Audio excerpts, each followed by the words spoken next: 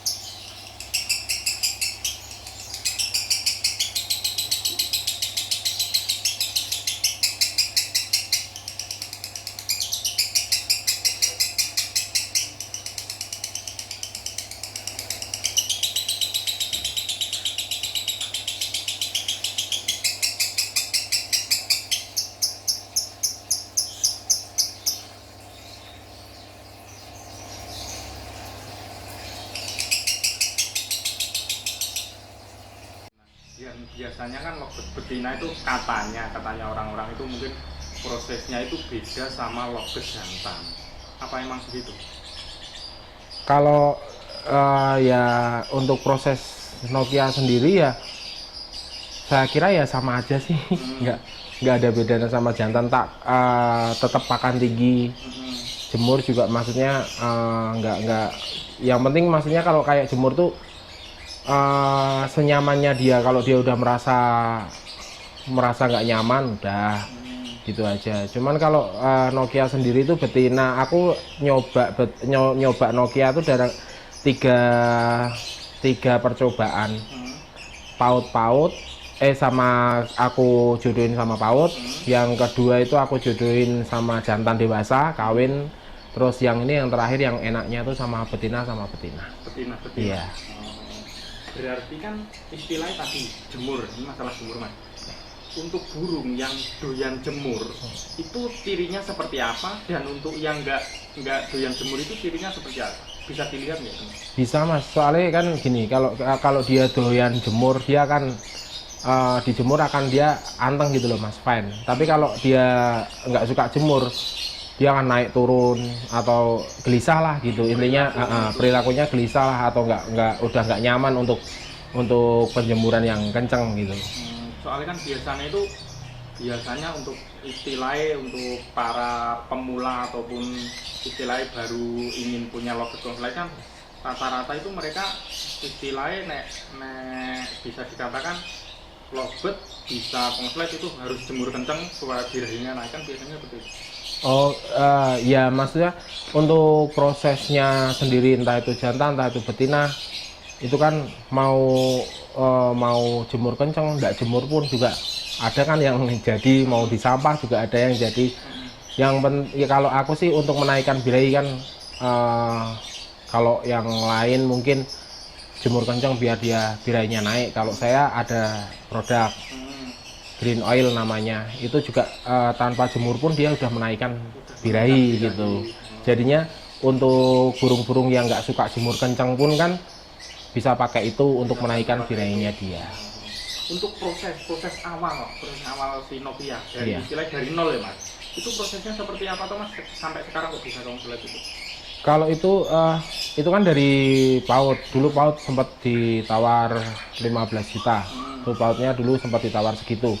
Sama dulu di RI itu para pemain yang lain suruh diskualifikasi karena katanya udah dewasa. Tapi dicek pun seperti apa juga masih PAUD ya. Jadinya nggak, dari jurinya sendiri juga nggak bisa untuk diskualifikasi. Durasinya dia juga punya. Kalau dulu itu malah nggak paham kalau dia itu tergolong sudah konslet, karena settingan Nokia dulu waktu PAUD itu kan aku pakainya kangkung, pakai kangkung. Jadinya kalau mau naik 2 sesi mau naik waktu PAUD itu aku bawa botol tuh isinya tuh dalamnya air sama kangkung. Didulangin terus sampai dia nggak mau. Ntar lepas dari kangkung dia udah bunyi. Jadinya bawa ke lapangan tuh pakai sedotan. Lepas dari sedotan dia udah bunyi. Itu pun nggak sadar kalau itu yang dinamakan konslet itu seperti itu tuh nggak sadar ya. Jadinya dulu waktu bawa Nokia PAUD itu kemana aja ya pede karena alhamdulillah selalu poin. Untuk perawatan di rumah sendiri? Seperti biasa mas, kalau saya kan mengandalkan embun, itu wajib, kalau saya wajib. Jadinya sekitar jam 4:30, jam 5 habis sholat subuh itu keluarkan burung buat diembun. Habis itu juga kasih cepuk biar dia mandi sendiri. Tapi kalau untuk betina, saya biasanya tuh kalau betina tuh aku pakai mandi malam. Mandi malam? Iya. Berarti perbedaannya sama jantan cuma mandi malam? Iya. Pas waktu proses di PAUD mas, menuju dewasa kan biasanya ada problem. Itu benar. Itu. Iya, benar. Nokia juga seperti itu. Iya. Jadinya dulu Nokia sempat sayap satu lepas. Jadinya kan udah nggak bisa masuk ke PAUD. Ini juga dulu masih pemula juga, katanya jangan dulu digantang, katanya gini, katanya gitu. Ya udah kita tak coba nggak usah digantang, tapi endingnya malah rusak, macet. Jadinya menurutku kalau memang udah lepas PAUD, walaupun itu ibaratnya udah lepas sayap atau lepas apa, gantang aja terus menurutku. Tapi waktu itu suruh istirahat aja dulu, nggak boleh digantang. Ya udah aku ngikutin, nggak tak gantang, tapi malah rusak.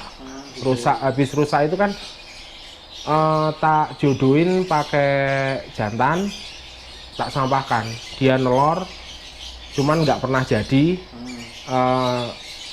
Habis nelor nggak pernah jadi itu ada sekitar 3-4 kali nelor kali ya. 3-4 kali dia produksi nelor kayak gitu. Bunyi sendiri di dalam glodok. Bunyi sendiri di dalam glodok, bunyi gitu. Terus aku ambil, aku rawat harian, dia mau bunyi. Itu berarti dulu proses awalnya itu pakan kenceng atau memang pakan polos? Soalnya kan udah pakai kangkung. Itu pakai pakan kenceng mas. Kalau aku proses sampahnya kan jadinya kan aku untuk lomba biasanya dapat bonus makan. Aku kumpulin, dapat bonus makan. Buat apa mas pak burungnya kok pakai makanan ini? Aku segala macam makanan yang penting dia tinggi tak satuin, tak buat burung-burung yang tak sampain. Jadinya kan itu tergolong makanan kenceng ya, makanan kenceng. Ya vitamin juga pakai, vitamin pakai. Ya endingnya dia bocor di glodok itu. Di glodok itu dia bunyi. Ya pertama sehari 2 kali, lama kelamaan sering. Nggak aku otak-atik karena apa? Kemungkinan kan kalau aku otak-atik gasik nanti buyar. Jadinya biarin dulu. Ternyata sekarang dia udah sampai ngeluarin gaya juga. Berarti bisa kalau bisa karena berarti si Nokia ini benar-benar kompleks setelah dia kawin dan nelur. Iya. Ya habis itu kan dicoba dia nggak mau. Habis itu tak ganti sama PAUD, dia mau ngeloloh sama PAUD. Mau ngeloloh dicoba mau, digantangan mau. Alhamdulillah juga poin. Kendalanya itu si Nokia kalau problemnya kalau ini PAUD sudah dewasa. Si yang lolohannya. Yang lolohannya udah dewasa. Jadinya kan bingung, masa ya gonta-ganti terus sampai dewasa ganti. Akhirnya yang kedua kalau kayak gini terus gak efisien. Jadinya saya ganti sama jantan lagi. Sama jantan lagi juga tak coba jantan lagi, di gantangan juga alhamdulillah mau lagi. Dia udah mau. Cuman trouble-nya apa? Di telur. Dia nelor. Jadinya kan istirahat dulu. Kalau nelor istirahat dulu ya. Dia nelor. Habis itu wah kok kayak gini, walaupun enak tapi nggak bisa stabil. Ganti lagi sama betina. Nah di betina ini dia gacor bener-bener ngunci gitu. Cuman ya lagi corona seperti ini ya nggak bisa nyoba. Berarti ini kan berarti betina-betina ya Mas? Iya, ini posisi dalam betina-betina. satu kandang atau dikasih sekat atau tempel atau gimana? Dalam satu kandang. Dalam Jadinya satu kandang. Nokianya gini, si Nokia malah berperan dia sebagai jantannya. Dia mau ngeloloh. Dia kalau birahi juga kayak jantan, kayak jantan dia manggut-manggut, garuk-garuk. Dia ngelolohin sama si betinanya. Malah dia nggak pernah bebek, Gitu. nggak pernah bebek. Jadinya untuk ini betina sama betina malah dia berperan sebagai jantannya. Gitu. Nah menurut jenengan ya Mas, apakah mungkin setiap betina yang mungkin mesti dulunya atau pautnya ataupun masa vektornya itu istilahnya punya durasi luar biasa, apakah kedepannya ada kira-kira bisa konslet setelah bertelur itu tadi kayak tadi apa gimana? Jadinya untuk kalau pemilihan betina saya lihat berdasarkan pengalaman sendiri, lihat dari jodohnya si Sinchan, dari jodohnya si Dolar. Itu kalau betina saya pilih itu yang dia birahi, ya memang durasi ya, terus birahinya dia itu yang seperti jantan. Jadinya birahinya dia ya kayak tadi, garuk-garuk manggut-manggut, garuk-garuk manggut-manggut kayak gitu. Kayak jodohnya si Sinchan itu kalau dia nggak dikasih glodok, itu malah si Sinchannya sebagai untul. Dia bunyi terus. Kalau jodohnya si Sinchan seperti itu. Jadinya kalau jodohnya si Dolar juga kurang lebih seperti itu. Dia kalau birahi apa ya istilah ngetek ya, ngetek-ngetek gitu, kayak jantan itu minta kawin ya, seperti itu. Jadinya untuk betina prospek menurutku ya di samping durasi dia birahinya kayak jantan. Seperti itu. Tapi kan biasanya untuk menuju istilah ya, mungkin jebol birahi ataupun apa memaksimalkan birahi itu kan harus pakan kenceng Mas. Nah mungkin kan kendalanya biasanya lobet betina kalau udah pakan kenceng nanti kan bebek ataupun birahi yang luar biasa. Nah itu pertanyaannya, itu harus diteruskan apa harus di stop? Kalau selama dia dikasih pakan kencang terus bebek mau bunyi ya nggak masalah, lanjut aja. Yang penting kan kita ambil intinya kan dia mau bunyi. Untuk masalah entar ibaratnya kalau dia sudah kunci atau udah konslet, kita stabilkan kan dengan pasangannya. Jadinya entah itu jantan, entah itu betina. Kalau memang kita tinggikan dia mau bunyi, jadinya untuk lobet kan yang penting bunyi, gitu kan. Mau jiak bulu, mau ibaratnya dia gestang, yang penting dia mau bunyi dulu.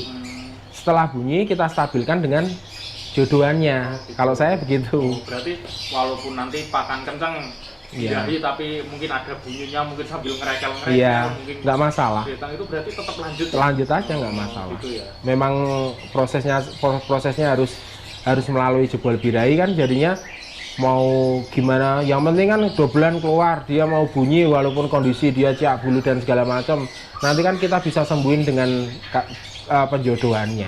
Gitu. Soalnya kan kadang banyak banget yang tanya sama saya, udah pakan kenceng, istilahnya mungkin ada yang pakai jemur kenceng juga, tapi birahinya semakin naik kan gitu. Kendalanya di situ ya. Iya, soalnya kan kebanyakan juga yang ngasih masukan itu betina tanpa jemur atau nggak boleh jemur, nggak boleh pakan tinggi karena ntar keluar birahi. Kalau itu sudah konslet. Kalau sudah jadi, makanya kan kalau sudah jadi kita jaga kestabilannya, pakai millet putih biasa, jemur nggak kenceng, orang ini burung udah jadi. Tapi kalau kita bicara tentang bahan untuk untuk jadi konslet, kalau saya sendiri prosesnya seperti itu. Memang harus seperti itu.